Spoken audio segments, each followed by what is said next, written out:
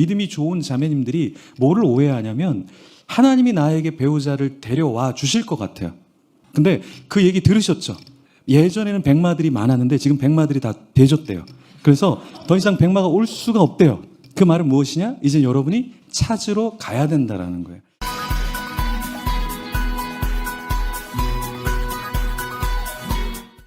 오늘은 결혼에 대해서, 데이트에 대해서 이야기를 좀 하고요. 결혼을 하는 게 중요한 게 아니라 이 결혼을 하기 전에 준비하는 게 훨씬 더 중요하더라고요. 그래서 제가 젊은 공동체를 이렇게 섬기다 보니까 매주 토요일 날 결혼을 이렇게 많이 시켰어요. 그래서 한 커플, 뭐 두 커플, 세 커플, 많을 때는 네 커플까지 이렇게 해서 이제 결혼을 하는 커플들이 생겨나면서 결혼을 이렇게 기도도 해주고 주례도 해주고 했는데 보니까 한 1년, 뭐 2년, 3년이 지나니까 문제가 터지기 시작하는데 어떤 공통점을 제가 발견을 했냐면 결혼하기 전에 조금 교회에서 공동체 생활을 많이 한 사람들 그리고 리더로 했던 사람들은 결혼한 뒤에 그렇게 많이 싸우지 않더라고요. 근데 결혼하기 전에 이제 훈련을 받지 못하거나 좀 이렇게 신앙적으로 개인적으로 성숙하지 못한 친구들이 결국엔 누군가를 만나면 엄청나게 싸운다라는 거를 제가 발견을 했어요. 그래서 저는 우리 젊은이들에게 배우자 기도를 하지 마라 이렇게 말하는 사람이에요. 배우자 기도하지 말고 본인을 위해서 기도해라. 왜냐하면 우리가 막 배우자를 위해서 기도하세요 라고 얘기하니까 자꾸 좋은 배우자감을 위해서 막 생각을 하는 거예요. 뭐 키는 이 정도 되면 좋겠다. 머리는 누구처럼 신앙은 이렇게 그렇게 하지 말고 예를 들어 내가 183을 놓고 기도를 했는데 그 사람이 키가 185야. 그러면 2cm 잘라낼 거예요?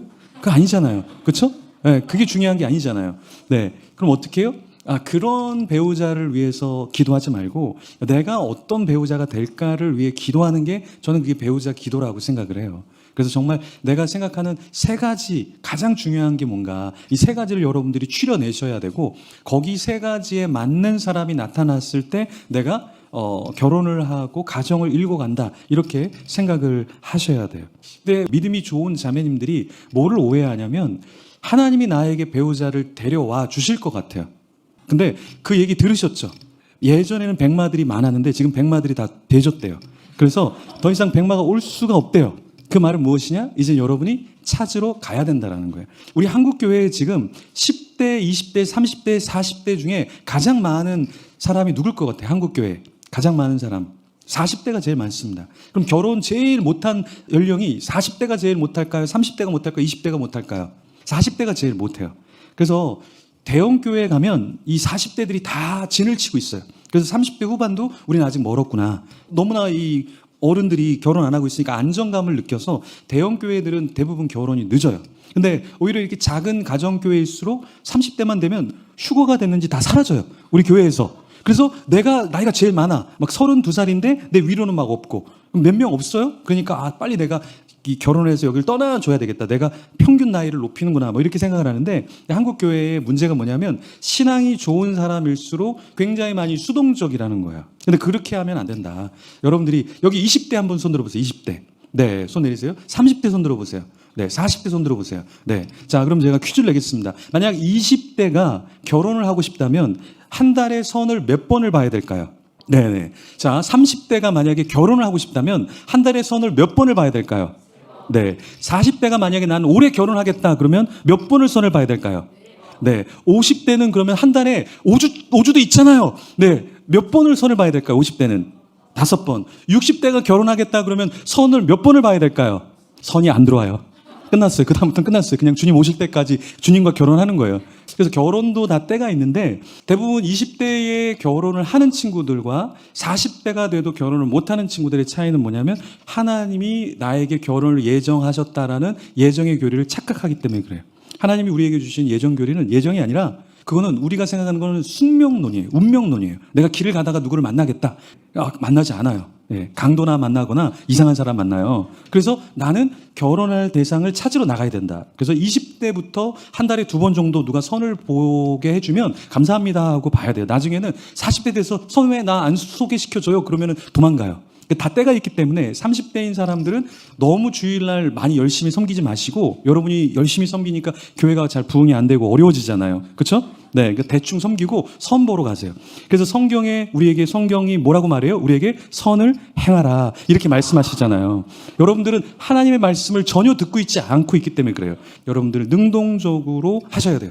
그리고 저도 결혼했습니다, 여러분. 그러니까 누구나 다 할 수 있다라는 얘기예요. 네, 저는 30대 초반이 되니까 예전에 30대 초반은 나이가 많은 거예요. 네, 지금 30대 초반은 뭐 결혼할 준비가 되지. 근데 예전에는 20대 중후반부터 30대 중반까지 하긴 했지만 30대 중반은 지금으로 따지면 한 40 중반 정도 되는 그런 느낌이었어요.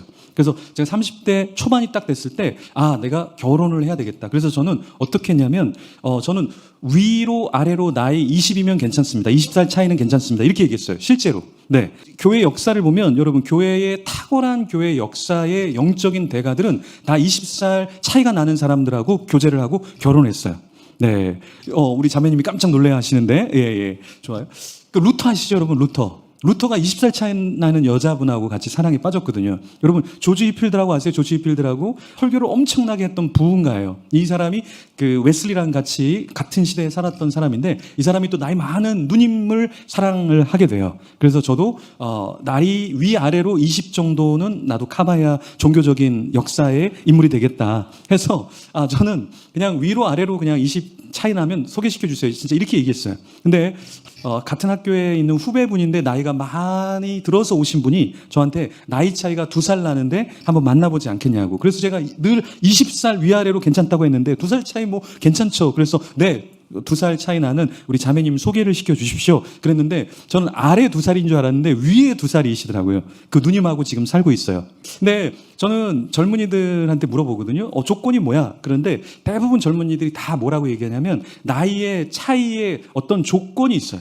예를 들어서 나이 차이는 저는 5살이면 좋겠어요.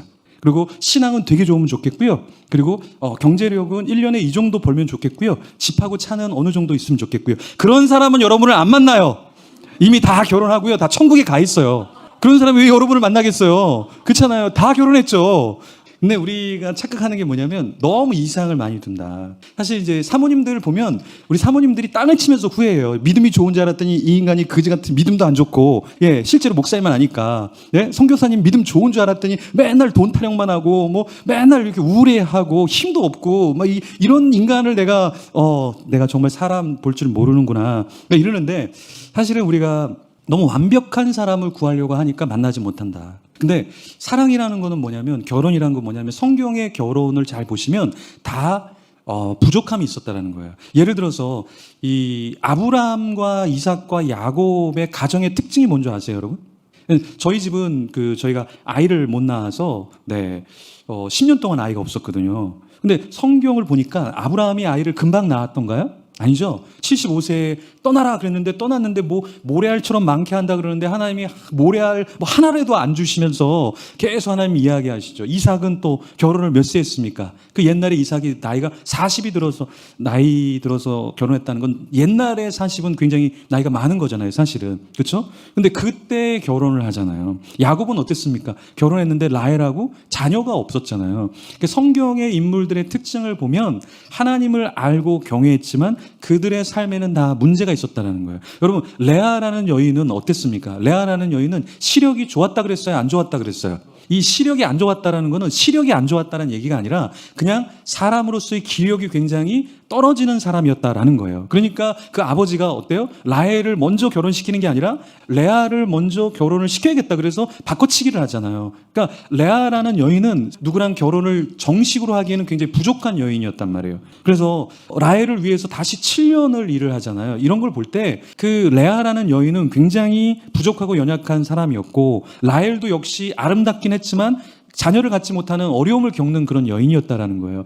이게 옛날에 그 자녀를 낳지 못한다라는 거는 지금으로 따지면 불임난임이 아니라 경제력이 없다라는 얘기예요, 그 가정에. 그리고 전투력이 없다라는 얘기예요. 생산력이 없다라는 얘기죠. 그 유발 하라리가 쓴 책들을 보면 농경사회에 대한 이야기를 하는데 농경사회가 가장 중요한 게 뭐냐면 노동력이에요. 그리고 이 농사를 짓는 건 쉬운 일이 아니라는 거예요. 그래서 유발 하라리는 뭐라고 얘기하냐면은 사피엔스라는 책에서 이런 얘기를 하죠. 사실은 체력 생활, 그 예전에 그 동물을 잡던 그 시대가 훨씬 더 우리에게 편한 삶이었다. 왜냐하면 농사를 짓는 것은 그 농사를 짓기 위한 준비 작업, 그리고 농사를 짓는 과정, 열매를 거두는 모든 것들이 사실은 사람으로 하여금 훨씬 더 많은 노동력이 있게 했고, 그러면서 사람들이 군집에 몰려서 살게 하면서 전쟁이 더 많이 나기 시작하고 땅을 지키기 위해서 이런 이야기를 해요.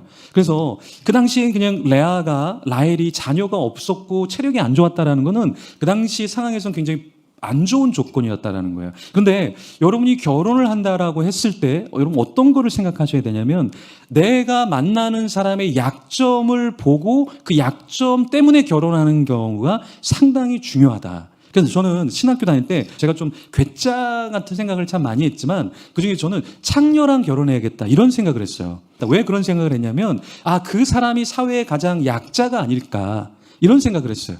그러니까 우리가 여러분이 배우자를 구한다고 할 때 너무 나한테 플러스가 되는 사람을 나의 배우자로 얻으려고 하면 결혼해 보면 다 마이너스밖에 되는 게 없어요. 내가 생각할 때 이 사람 돈을 잘 버는 줄 알았더니 망해버려요, 사업을. 건강한 줄 알았더니 건강이 안 좋아요. 또 머리가 좋은 줄 알았더니 알고 보니까 노력형이었어.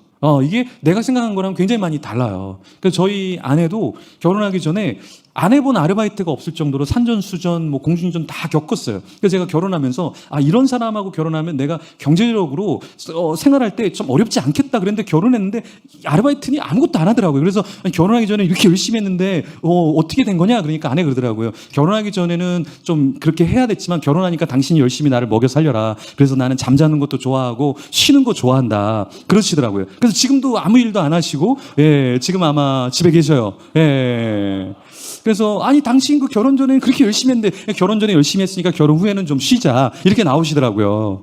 여러분 우리가 결혼 전에 좋은 요소를 우리가 생각하면 결혼 후에는 반드시 후회한다. 그래서 저는 여러분의 결혼이 어떤 것이냐면 그 사람의 좋은 점 때문에 결혼하는 게 아니라 그 사람의 부족한 점 때문에 결혼해야 모든 게 다 플러스가 된다. 뭘 조금 해도 이 사람 똑똑하네. 뭘 조금 해도 이 사람 괜찮네. 뭘 조금 해도 이 사람 정말 쓸모 있네. 기대할 만하네. 이런 게 좀 있어야 된다는 거예요. 투자의 황제라는 분이 있죠.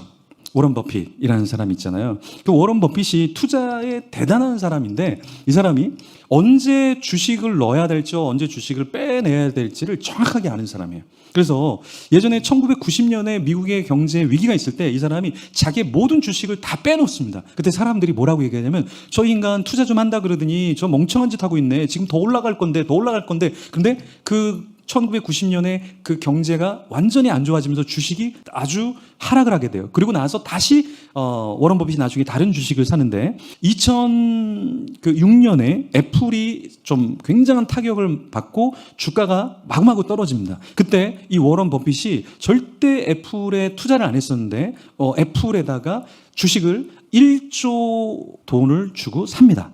이해가 안 되죠. 그런데 그게 또 떨어져요. 그럴 때 이 워런 버핏이 한 번 더 1조의 가치의 주식을 또 삽니다. 그리고 나서 540만 주를 또 삽니다. 그리고 나서 4210만 주를 또 삽니다. 그래서 사람들이 물어봐요. 계속 떨어지는데 왜 이걸 사냐라고 했을 때 워런 버핏이 뭐라고 얘기했냐면 나는 애플을 사랑하기 때문에 애플의 주식을 사는 것이다. 나중에 여러분 어떻게 됐습니까? 애플이 올라갔잖아요. 2006년이 애플이 안 될 때 그때 스티브 잡스가 다시 들어가서 애플 핸드폰을 만들어내기 시작하죠. 그 애플 핸드폰이 여러분 몇 년도에 나온지 아세요? 네, 2007년 6월 달에 나옵니다. 그리고 지금은 애플의 그 주가가 얼마나 많이 올랐을까요? 그렇죠? 그리고 나서 2018년에 또 애플이 조금 흔들리기 시작하거든요. 그때 다시 이 워런 버핏이 대량 주를 다시 사기 시작했다라는 거예요. 워런 버핏은 이런 얘기를 했어요. 나는 애플을 단지 지금을 보고 사는 게 아니라 애플의 5년 뒤를 보고 산다. 애플의 10년 뒤의 가치를 보고 산다라고 이야기를 했다라는 거예요. 그러니까 여러분이 배우자를 고를 때 굉장히 중요한 게 뭐냐면 지금 이 사람이 대학생이기 때문에 안 돼. 이런 생각을 하는 게 아니라 이 사람 지금 창업밖에 안 되네. 이걸 보고 하는 게 아니라 이 사람의 10년 뒤에는 이 사람이 어떤 자리에 있을까? 이걸 보고 여러분이 결혼을 하는 거예요. 그래서 저희 아내랑 제가 만났을 때 저는 아내가 마음에 좀 들었거든요. 아내가. 그래서 연락처를 달라 그래서 연락처를 받고 계속 하면서 아내랑 이제 교제를 하려고 했는데 아내는 솔직히 좀 제가 마음에 안 들었대요. 그래서 예의상 3번은 만나줘야지 하고 3번은 만나주고 전화번호를 교환하고 했는데 이제 그만 만나겠다라고 생각을 하고 기도를 하는데 그때 하나님이 주시는 감동이 있었대요. 그래서 계속 만나서 결혼했는데 그때 이후로는 감동을 안 주신대요. 근데 그때 주신 감동 때문에 하나님이 이 사람을 사랑하는구나. 그거를 잠깐 느낄 수 있었대요. 그래서 여러분이 누군가를 만났을 때는 나의 생각도 중요하지만 하나님이 이 사람을 어떻게 보실까? 또 나는 이 사람의 지금 모습이 아니라 5년, 10년 뒤의 모습이 어떤 사람일까를 여러분들이 그림을 그리면 그 사람하고 결혼할 때 두렵지 않다라는 거예요. 염려하지 않다라는 거예요. 그래서 여러분들이 그렇게 하시면 좋을 것 같아요.